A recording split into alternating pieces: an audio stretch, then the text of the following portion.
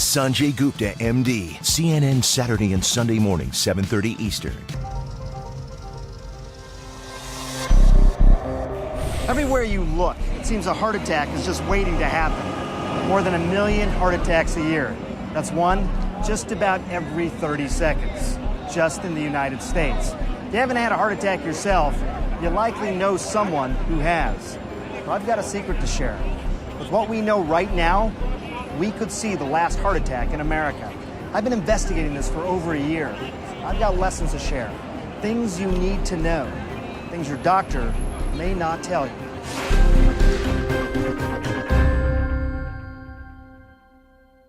I was lucky I didn't die of a heart attack. Former President Clinton, like too many people, was busy. And for years, he ignored warning signs from his heart. But in 2004, during an exhausting book tour, there was something different. I had a real tightness in my chest when I was getting off the airplane, and it was the only time I'd had it unrelated to exercise. We're here outside New York Presbyterian Hospital. In just a couple of hours, President Bill Clinton, former president, is scheduled to undergo surgery. So I immediately went down to our local hospital, and they did a test. They said, "You got real problems." They hustled me down to Columbia Presbyterian, and they confirmed the determination that I had serious blockage and needed the surgery. The doctors immediately knew options were limited. The 58-year-old Clinton needed to have his chest opened, his heart stopped, and surgery performed. There's no medical treatment for reversing the obstructions that have already formed in his blood vessels. I got Hillary and Chelsea there, and all I remember is it was happening fast, and everybody who cared about me was scared, and I felt rather serene. I thought, gosh, we dodged a bullet. I didn't have a heart attack. On Labor Day in 2004, Mr. Clinton had 4 blood vessels bypassed. Starting this morning around 8 o'clock, he had a relatively routine quadruple bypass operation. We left the operating room around noon, and he is recovering normally at this point. So I think right now everything looks straightforward. There was that period when you're just not sure you can come back. That bothered me. That and the pain. If it happened to him, could it happen to you? What about me? I'm a pretty typical guy in his early 40s with a family history of heart disease. So I decided to go on a mission to never have a heart attack. But how? When people talk about trying to end heart attacks in the world, or in America at least, one of the ways to do that is to take a look inside the heart, see what's happening before someone ever has a problem. And that's what we're going to do here today. You're actually going to look for what in my heart? Yes, for calcium, which is part of the atherosclerotic process, the plaques in the heart. And if you were heading for a I've heart never had attack, a problem, but you're looking for it anyways. Yes, and if you're heading for a heart attack in 5, 10, 20 years, you will already have plaque. It's a lifelong process. That's Dr. Arthur Agatston. You may recognize him as author of the South Beach Diet books, but he also invented the coronary calcium scan. That's the test I'm having done. In case you're wondering, he doesn't make any money from it. We all know plaque is bad, blocks your blood vessels. Plaque is formed by LDL cholesterol in the blood, the bad cholesterol. Think of it as L for lousy, building up on the walls of your arteries, forming plaque. It can accumulate slowly over time, narrowing the blood vessels, like something building up inside a pipe. This narrowing in the blood vessels leading to your heart can cause chest pain, called angina. It can also cause a heart attack. Did you ever wonder how seemingly healthy people can have a heart attack? This may surprise you. Most heart attacks happen in people with no symptoms, in people whose arteries are less than 50% blocked. Here's how. Cholesterol can cause unstable bubbles or blisters of plaque to form in your arteries. These can be incredibly dangerous. Most are covered by a cap, but inflammation and stress can cause the cap to thin and rupture, resulting in a clot that blocks the flow of blood to the heart. Robbed of oxygen, the heart muscle can't function properly. Heart attack. And therein lies the key, Agatsson says. We can now find clues before heart trouble gets dangerous, even before the first symptoms.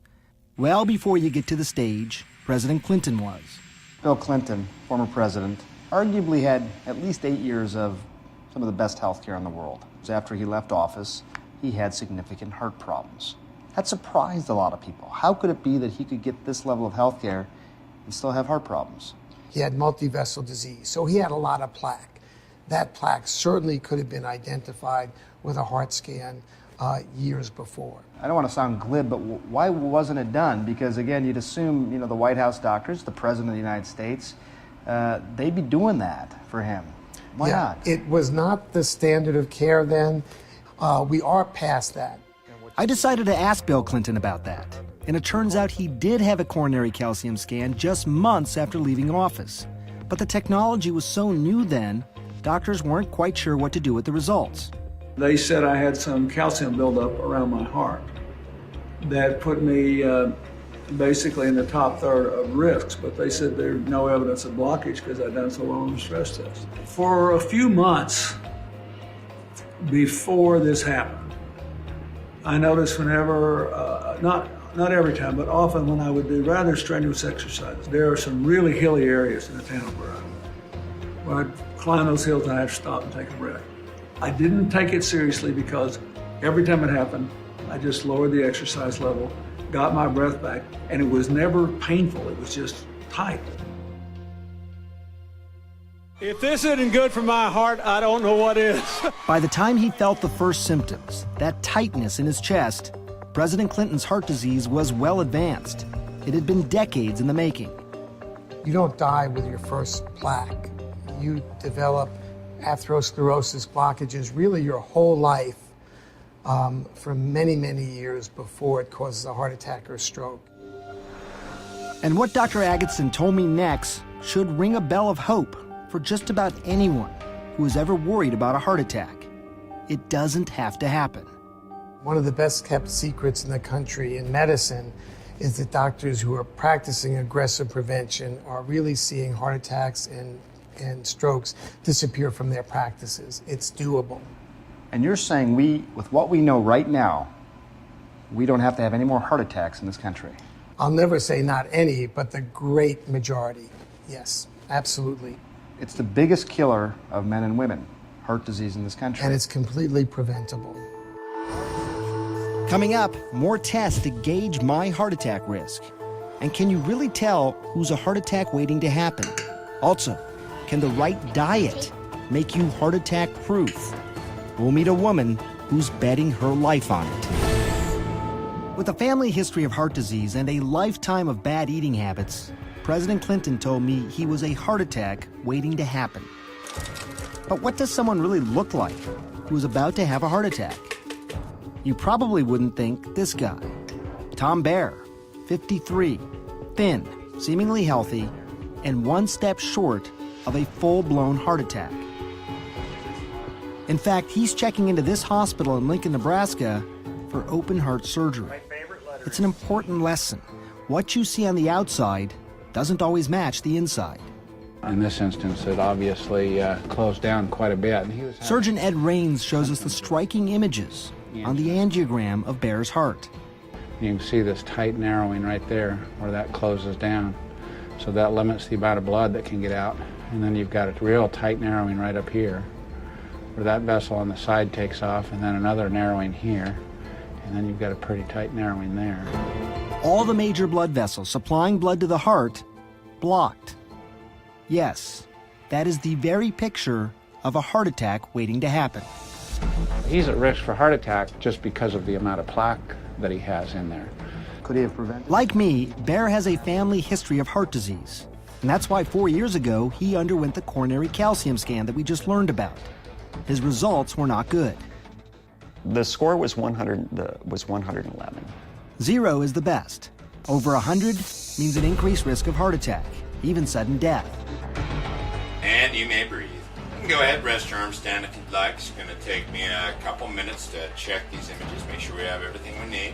Bear went through the test again this year, and his score was up to 243. The average score for someone his age? 5. I was doing some exercise about 3 weeks ago, a jogging routine that I do, and made it about 3/10 of a mile, and then had the classic symptoms, the chest pain, and then the pain down the left arm, and shortness of breath. What room's this? This is room 4. As in the case of Bill Clinton, Bear was told he had no options by the time he saw Dr. Raines. Within days, he would need bypass surgery. In this instance, this is sort of what I would consider a medical failure. In other words, he got these narrowings in plaque despite our efforts to prevent it from progressing. And my goal would be, even though I'm a surgeon and treat these end-stage things, is to not have them get to this point. From a public health standpoint, we have to do this because this bypass operation is going to be very expensive. He's not kidding. Average cost in the U.S., $112,000. And there are about 450,000 procedures performed every year. Total price tag, more than $50 billion. Our money would be better spent years ahead of this to prevent him from getting to this point.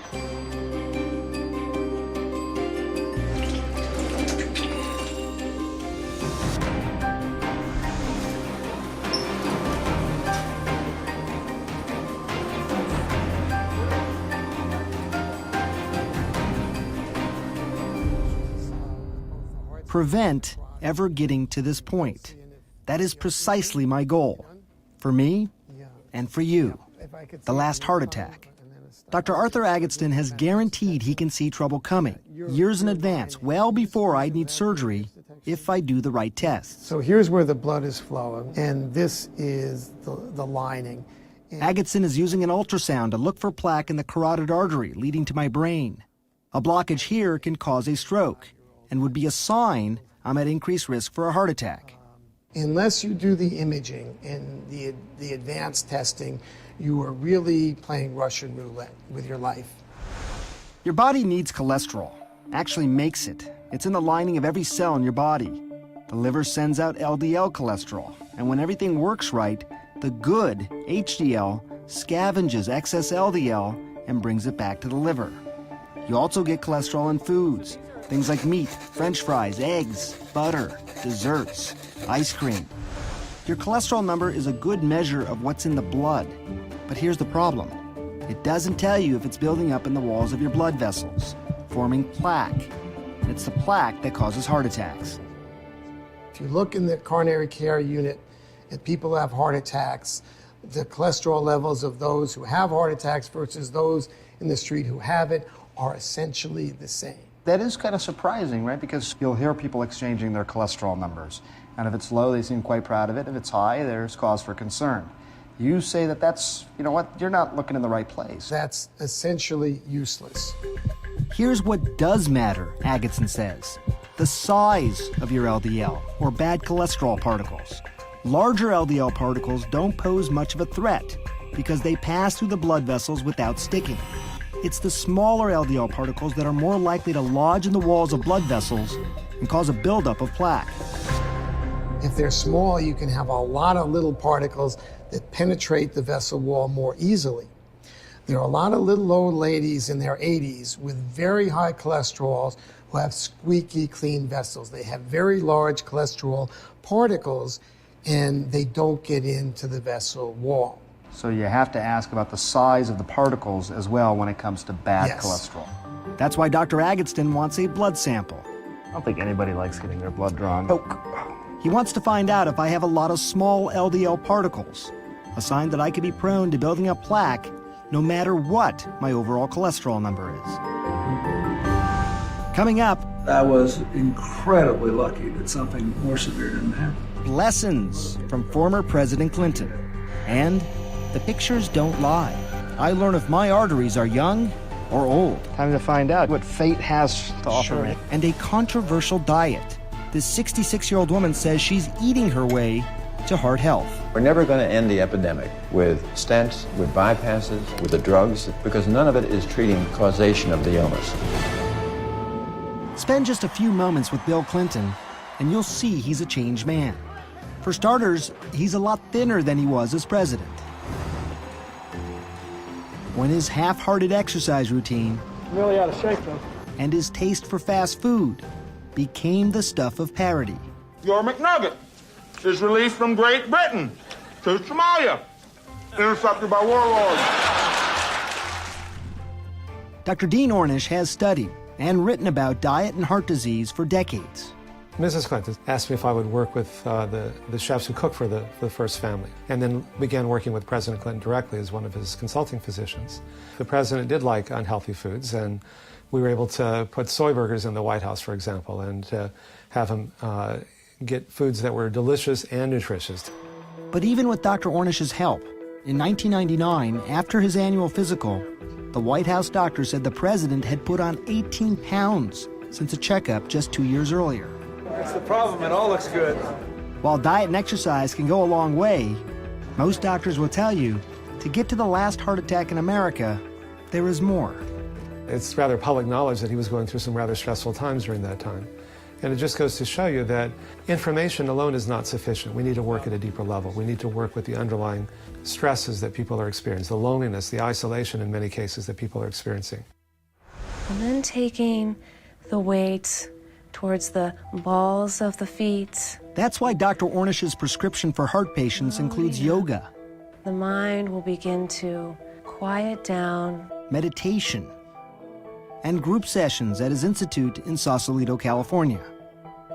I came to Vermont determined to get my cholesterol down with low-fat Ben & Jerry's Cherry Garcia. We now know when Bill Clinton was president, he passed his annual physicals, but his heart disease was still progressing, undetected. I asked his cardiologist why.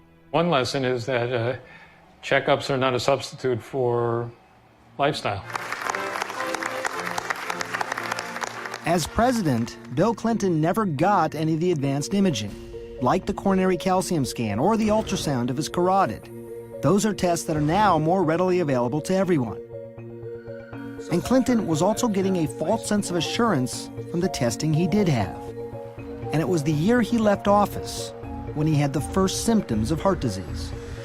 In 2001, when Chelsea was graduating from Stanford, I started running again. I wanted to get in good shape, and I thought, this is crazy. I couldn't run more than 3/4 of a mile without stopping and walking 100 yards and getting my breath back. 3 years later, the bypass operation with Dr. Craig Smith. But President Clinton's heart troubles were not over. When the devastating earthquake struck Haiti in 2010, President Clinton flew to Port-au-Prince to support the relief efforts. I spent time with him and saw that he looked tired, not himself. Got all pale and weak. And then I got all these letters from the doctor crowd saying, yeah, it's normal because fools like you won't do what you're supposed to do because you don't eat like you should, you don't exercise like you should. The doctor said it was a mechanical failure of the bypass, and he needed stents to open the blocked artery. I got so lucky they were able to put those 2 stents in, and fix an artery that was pretty bent and ugly. The goal of the treatment, and I think it will be achieved, is for President Clinton to resume his very active lifestyle. This was not a result of either his lifestyle or his diet, which have been excellent. But Dr. Dean Ornish didn't see it that way. And so I wrote him a letter and I said, the friends that mean the most to me are the ones that tell me what I need to hear, not necessarily what I want to hear. And you need to know that your genes are not your fate. And I say this not to blame you, but to empower you. And I'm happy to work with you to whatever extent you want to move forward in that way. And we met a few days later and he said he was ready to do it.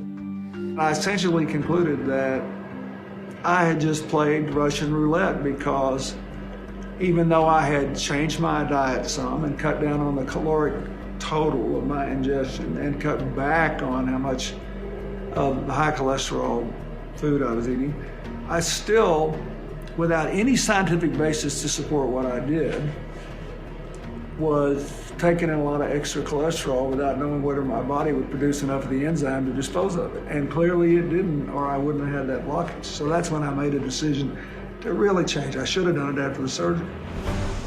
Coming up, President Clinton transforms his diet to save his heart. And what is life like after heart surgery? Tom Baer's painful recovery and his complications. Walked about 0.3 of a mile, and it was excruciating. Also, she said no to surgery and yes to food as medicine. We'll tell you if it's working. In Lincoln, Nebraska, 53-year-old teacher Tom Baer has emerged from 3.5-hour bypass surgery, an operation that required his heart to be stopped for more than an hour. He's in the cardiac intensive care unit. It's the first stop on a slow, painful recovery. A little stiff, a little sore, a little hoarse, a little tired. But other than that, pretty good. It's nice to be home. You can, they say you heal 10 times faster and you feel 100% better. I didn't have any idea of how uncomfortable I was going to be just doing little things. Like getting out of bed in the morning was the hardest thing to do. Life after bypass surgery. For Tom Baer, it means it's 3 weeks before he takes his first walk outside and gets a painful warning of trouble ahead. A little worried back there. My arm was starting to hurt. That's gone now. It's just hard to catch my breath. I spoke to Tom Baer right before his operation. What happened? None of the arteries worked. Did they say that this was pretty unusual? Never seen before. Wow. It's not the kind of luck you want. No, not at all. So Dr. Raines was going to use veins today. Serious complications are an unfortunate part of the process for 12% of the people who have bypass surgery. In fact, 1 in 300 patients need a second operation within 2 years, and 1 in 20 receive stents during that time.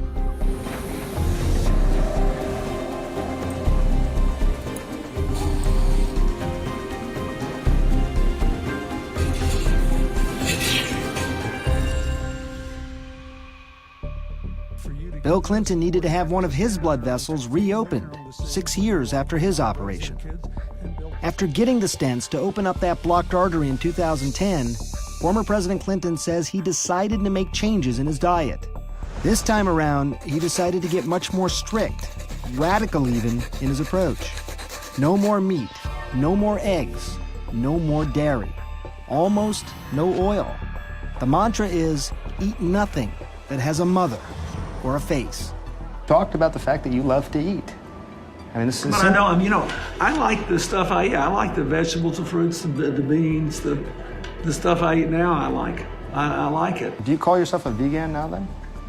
Well, I suppose I am if I don't eat dairy or meat or fish, So you've cut all that out. I mean, do you crave it? The only thing, once in a while, literally in well over a year now, at Thanksgiving, I had one bite of turkey. I mean, you're doing this for your health. Is Yes, that why you're doing it? Absolutely. Clinton's dietary guides, Dean Ornish, and this guy, Caldwell Esselstyn, at the Cleveland Clinic. Apparently he read my book. I've never met the man. Dr. Esselstyn has written him, though. Well, he wrote me a letter saying he thought I was even cheating on mine because he was afraid in my protein drink I had some dairy in there. It was hilarious. And I checked, and on one of them, he was right. I'd only done it once. You but checked he was it out? right. Yeah, I did. Every month, the 77-year-old Esselstyn holds a day-long seminar, attracting doctors and heart patients from across the country. Like Sharon Kintz, a retired private investigator from Canton, Ohio. Kintz had a heart attack 6 months earlier after a coronary artery became completely blocked. He said, for someone who had what you have, the only warning you usually get is death. And at that point, I really knew how lucky I was. Like a lot of women, Kintz did not experience the classic chest pain, but rather fatigue and a pain in her jaw. He said, You're going to have open heart surgery. He says, I can fix you today. I can just take you right down to OR and I can operate on you right now. My son was in there and he was ready to wheel me down to the operating room because he was frantic. You know, it's terrifying. What Kintz did next may surprise you. She turned the surgeon down cold, said no to open heart surgery, and decided to take a chance. I bought some parsnips the other day. Always have sweet potatoes on hand. Using food as medicine. I love these. These are wonderful. So Like President Clinton, Kintz has given up the food she loves, like butter and cheese. She's betting her life on Dr. Esselstyn's diet. She had a heart attack. Oh, yeah, I know. You know, Sharon. Oh, yeah. Doctors recommended she have an intervention. She's not doing it. Is there a downside? Could she be putting herself at risk? No. I think that's an excellent question. In hundreds of patients, data now going back over 20 years, and this most recent study about a decade, once they start eating this way, you'll make yourself heart attack proof. Going back over proof. We know that if people are eating this way, they are not going to have a heart attack. Esselstyn thinks heart disease is completely preventable, no matter what sort of family history you have, simply by eating right. It's a foodborne illness, and we're never going to end the epidemic with stents, with bypasses, with the drugs, because none of it is treating causation of the illness. Esselstyn has won some allies, like Dr. Terry Mason. Is there anybody who doesn't know what it is? Chief Medical Officer at Cook County Hospitals in Chicago and the city's former public health commissioner. We've eaten ourselves into a problem, and we can eat ourselves out of it. But it also puts Esselstyn squarely against conventional wisdom, which considers diet only a part of a heart-healthy lifestyle. If a doctor were to say to me, look, heart disease is a foodborne disease. If you follow this diet, pretty strict diet, very restrictive, but in exchange, you're not going to have a heart attack. What would you say to that? You agree with that? I would say that's an overstatement, an oversimplification and an overstatement of really what we're able to do, even though I know there are people who say it. Welcome to sunny Cleveland. Without a doubt, Esselstyn is one of those people. A general surgeon by training, not a cardiologist, and he holds no special degree in nutrition. But during his research, he came upon a stunning fact. Some cultures around the world, like people living in Central Africa, Papua New Guinea Highlanders, and Tarahumara Indians in Mexico, have virtually no heart disease. None. So what can we learn from them? Coming up, taking a page from the heart-healthiest spots on the globe. The diet, Dr. Esselstyn says, can make you heart attack proof. Mr. President, how are you? Great. Since leaving office, Bill Clinton has made his own health and the health of the country his top domestic priority. I saw it firsthand when he invited me to Little Rock. Last time we spoke a few weeks ago, you said you were going to be really strict on the diet. You were doing a pretty good job, you said. Yeah, I'm being more strict now. Are you? Mm-hmm. Yeah, by the time I have my 65th birthday, I want to weigh what I did when I went home from law school in 1973. Wow, that's what I'm working. That's a grand ambition. I like that. So how much was that? Will you tell us? Mm-hmm. I got down to 185. All right. Now I got down when Chelsea was married. I weighed about 192, which is what I weighed when I graduated from high school. Anything under 195 was my optimum weight my whole life. But in the summer of '73, we had a scorching hot summer, and I ran 3 miles a day at the hottest hour of the day, which I could do back then, in order to make the pounds go off. And it was the first time since I was 13 years old that I'd weighed 185 pounds. So I'm going to try one more time to make it. President Clinton's diet, no meat, no dairy, almost no oil, got me thinking how different what he's eating now as compared to what he used to eat, and what most of us still eat. Make a habit of high-fat, high-cholesterol meals like this, and you can physically see the beginnings of heart disease. For starters, your blood actually looks different. So let's start by looking at what healthy blood looks like after it has been centrifuged or spun. You can see there are two components. This bottom layer represents the blood cells, and this top layer represents the plasma. The plasma is a clear yellow layer that contains mostly water and electrolytes. Here's what happens to your blood if you follow an unhealthy diet. The top layer is white and cloudy. It's just laden with heart-clogging fat and cholesterol. You have some easy-to-remember adages about how people can decide what they should or should not eat. We know what they shouldn't eat. That is oil, dairy, meat, fish, and chicken. What do we want them to eat? We want them to eat all those whole grains for their cereal, bread, and pasta, beans, vegetables, yellow, red, green, and fruit. Now, what particular vegetables do we want them to have? Bok choy, Swiss chard, kale, collards, collard green, beet greens, mustard green, turnip greens, napa cabbage, Brussels sprouts, broccoli, cauliflower, cilantro, parsley, spinach, and arugula, and asparagus. And I'm out of breath. Nothing with a mother, nothing with a face. You can imagine the meat, egg, and dairy associations think that's a terrible idea. Incorporating lean beef into a healthy diet can actually help you stick to a healthy diet because it's a food that people enjoy. Eggs are a source of 13 vitamins and minerals. Eggs are the gold standard when it comes to protein. Well, dairy foods are very nutrient rich. You get a lot of nutrients for every calorie that you consume. A plant-based diet like Dr. Esselstyn's runs up against our meat-loving culture. Most doctors eat meat because most Americans eat meat. And so if they don't really see for themselves or their own families why it might be a good idea to cut back or even cut meat out of your diet altogether, then they may not be so inclined to recommend it for their patients. Even doctors who do see the benefits of the Esselstyn diet may not recommend it to patients. Anybody who's able to do that diet can have dramatic success. The problem is that many people are unable or unwilling to make these changes, and so in my practice, I try to take baby steps, one step at a time. And Dean Ornish says when it comes to diet, it's not all or nothing. One of the interesting findings in all of our studies was that the more people changed their diet and lifestyle, the more they improved, in direct proportion. I was curious about the science behind Dr. Esselstyn's claims, so I dug up some of these peer-reviewed journals. They're small, just a handful of patients, but the results are pretty impressive. In one study here, patients on the Esselstyn diet and cholesterol-lowering medication had no heart attacks, had no coronary events of any sort after 5 years.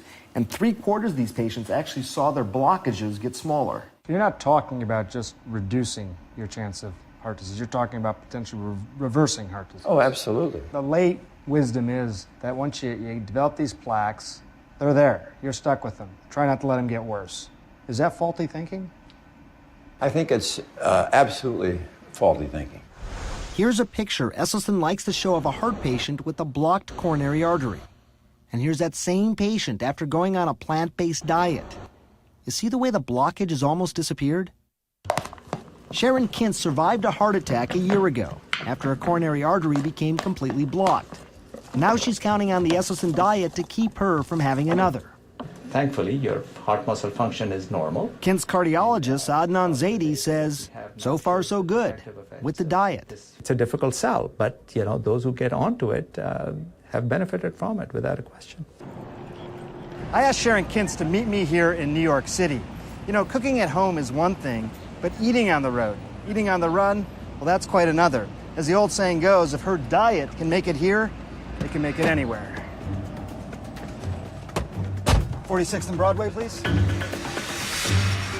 Sharon, how are you? When you cook at home, it's a lot more in your control. What's the most difficult thing when you're on the road? What I see here is I see pizza, which is not, because I'm sure there's oil in it, and pizza, and that looks like pepperoni. When I look up here, I see pasta. Right. So my question would be when I go in, do you have whole wheat pasta? And then my second question is, can you prepare it without oil? That's a not. No. That's a not. That's a not. That's not. But they have pasta and they have salad. All right, so here's another restaurant. Okay.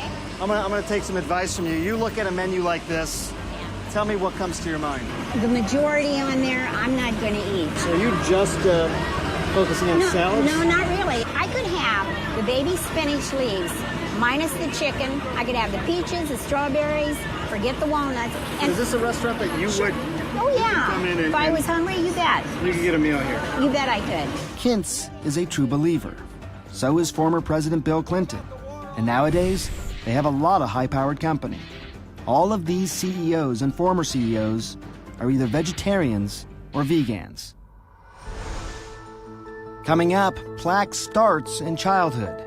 what some schools are doing now so kids don't get heart disease later. And Dr. Agatston tells me if I should be worried. Sanjay, good to see you. The former president once told me he likes to see results. He's helped with relief efforts after the tsunami in Asia and the earthquake in Haiti. He's worked on getting affordable AIDS drugs to Africa. He and his foundation are now seeing results closer to home, like at the Northeast Elementary Magnet School in Danville, Illinois. On your mark, get set, go! At Northeast Magnet, students have phys ed every day. More than 1 in 5 schools in the United States don't require PE at all. Fresh fruits and vegetables are on the menu every day. No more fried foods. No more French fries. Fruits and vegetables at every school lunch. Again, that seems like that should just be the way it is. It shows you how far afield we've gotten. There were so many people, schools, that were serving lunches that didn't have fruits and vegetables because they contracted with firms to provide them, and they were trying to save money. And the kids were happy to eat pizza and French fries or whatever. Right. And when we started this, I think I told you years ago, I didn't know if we could, how much of a dent we can make in this, because changing the culture is hard. It's turning a ship around before it hits the iceberg. But I think we're beginning to turn it around. Does anybody know what a cardiologist is? Dr. Arthur Agatston is also focused on improving the eating habits of young people. I really think you guys should open a restaurant. Did you learn how to do this here? The South Beach Diet author started a foundation working with students in Philadelphia on healthy eating. Wow. Efforts like these come at a time when obesity and diabetes, both risk factors for heart disease, are at all-time highs.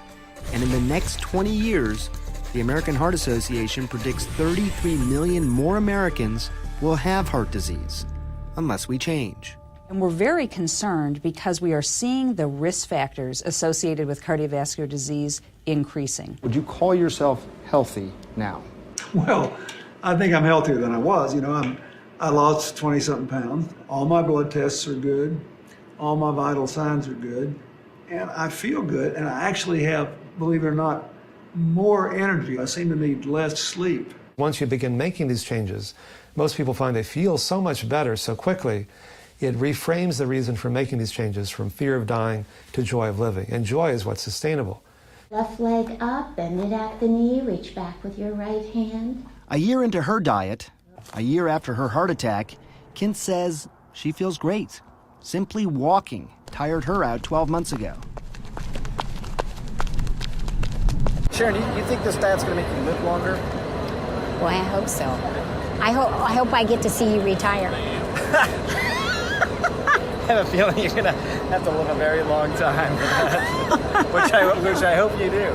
I hope I do too. Oh, I think, well, you know what? If I don't live longer, I know I'm going to live more of a quality life. And Sharon Kintz is doing it using food as medicine. For Tom Baer, it was a tougher road. He required surgery.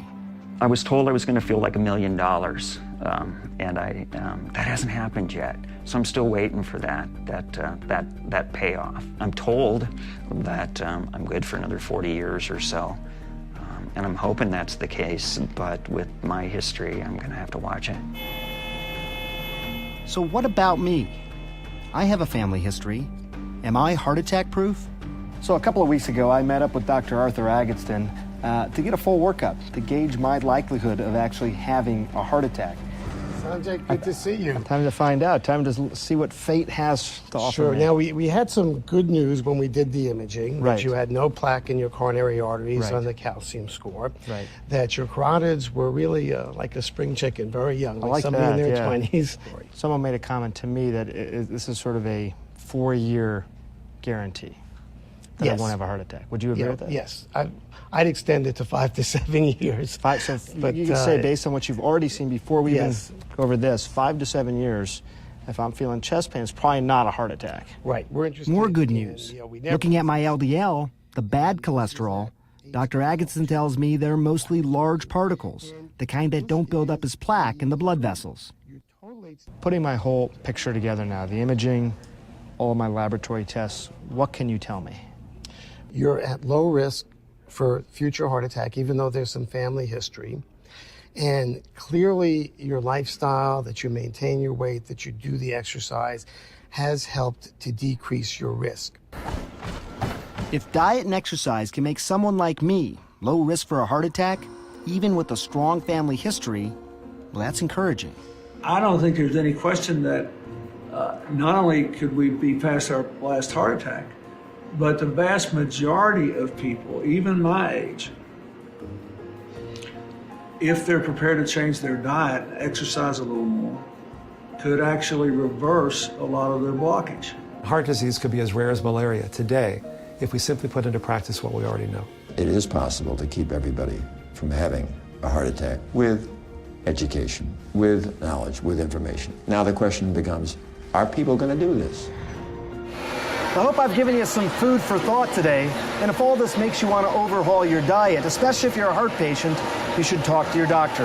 Look, we've got a long way to go in this country, but I hope you'll join me so together we can work toward the last heart attack. I'm Dr. Sanjay Gupta. Thanks for watching.